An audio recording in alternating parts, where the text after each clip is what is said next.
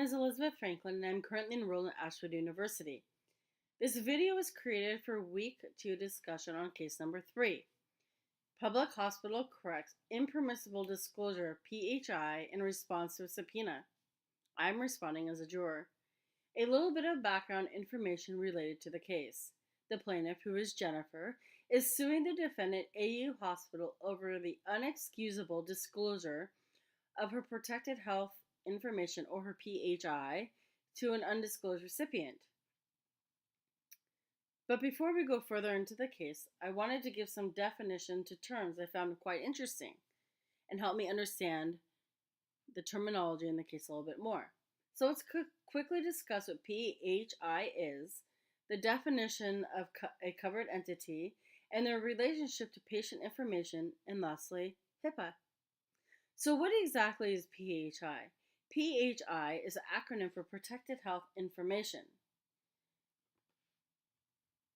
Under the U.S. law, this is any information about health status, provisions of healthcare, or payment for healthcare that is created or collected by a covered entity, or a business associate of a covered entity, and can be linked to a specific individual, such as the plaintiff.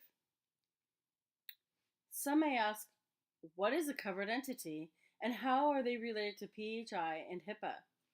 They are defined in HIPAA rules as health plans, healthcare clearinghouses, which can be public or private entities, and include but not limited to billing services and community health management information services. Additionally, healthcare providers which transmit patient information electronically, and covered entities can be institutions, organizations, or people. So what exactly is HIPAA? HIPAA is an acronym that stands for Health Insurance Portability and Accountability Act of 1996, which was created by the U.S. Department of Health in order to protect the privacy of rights of patients. A violation of HIPAA pertaining to PHI includes the acquisition, access, use, or disclosure of PHI in a manner not permitted by HIPAA.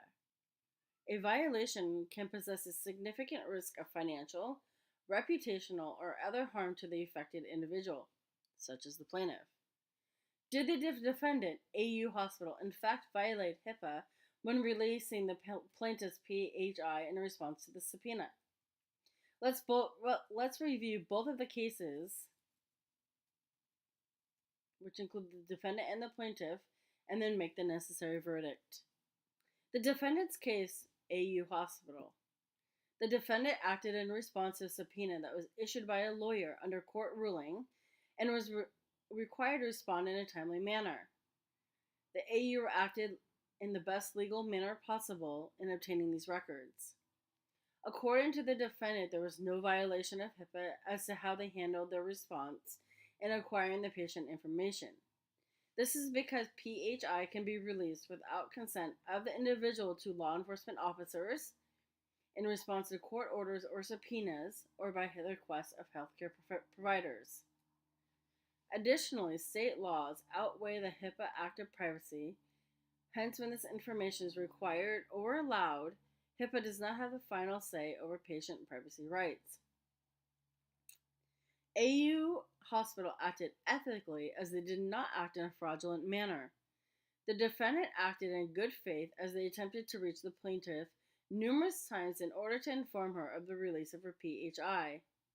The plaintiff did not provide sufficient evidence and or support that AU Hospital did not inform her of a release of her PHI.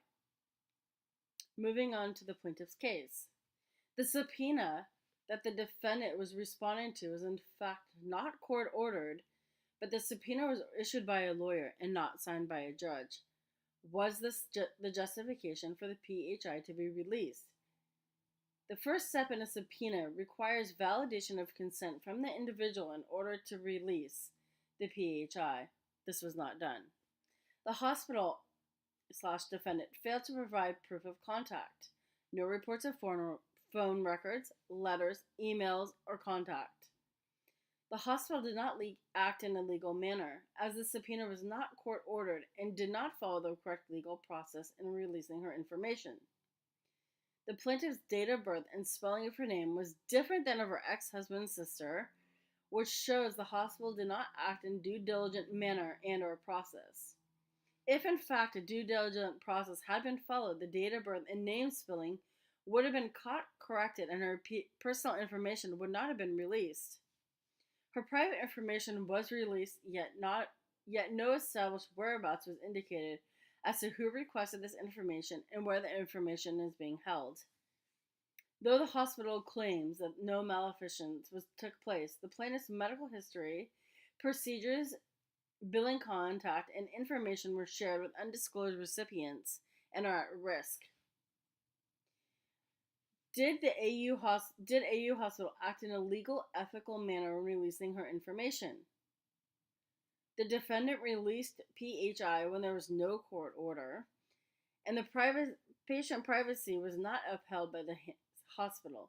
Rather, they are justifying their actions. There is reason to believe that the PHI could fall into hands that it was not intended and could bring harm upon the plaintiff, invasion of her medical records, financial records, etc. The hospital should be held responsible for the medical history without the plaintiff's consent. I side with the plaintiff. Thank you.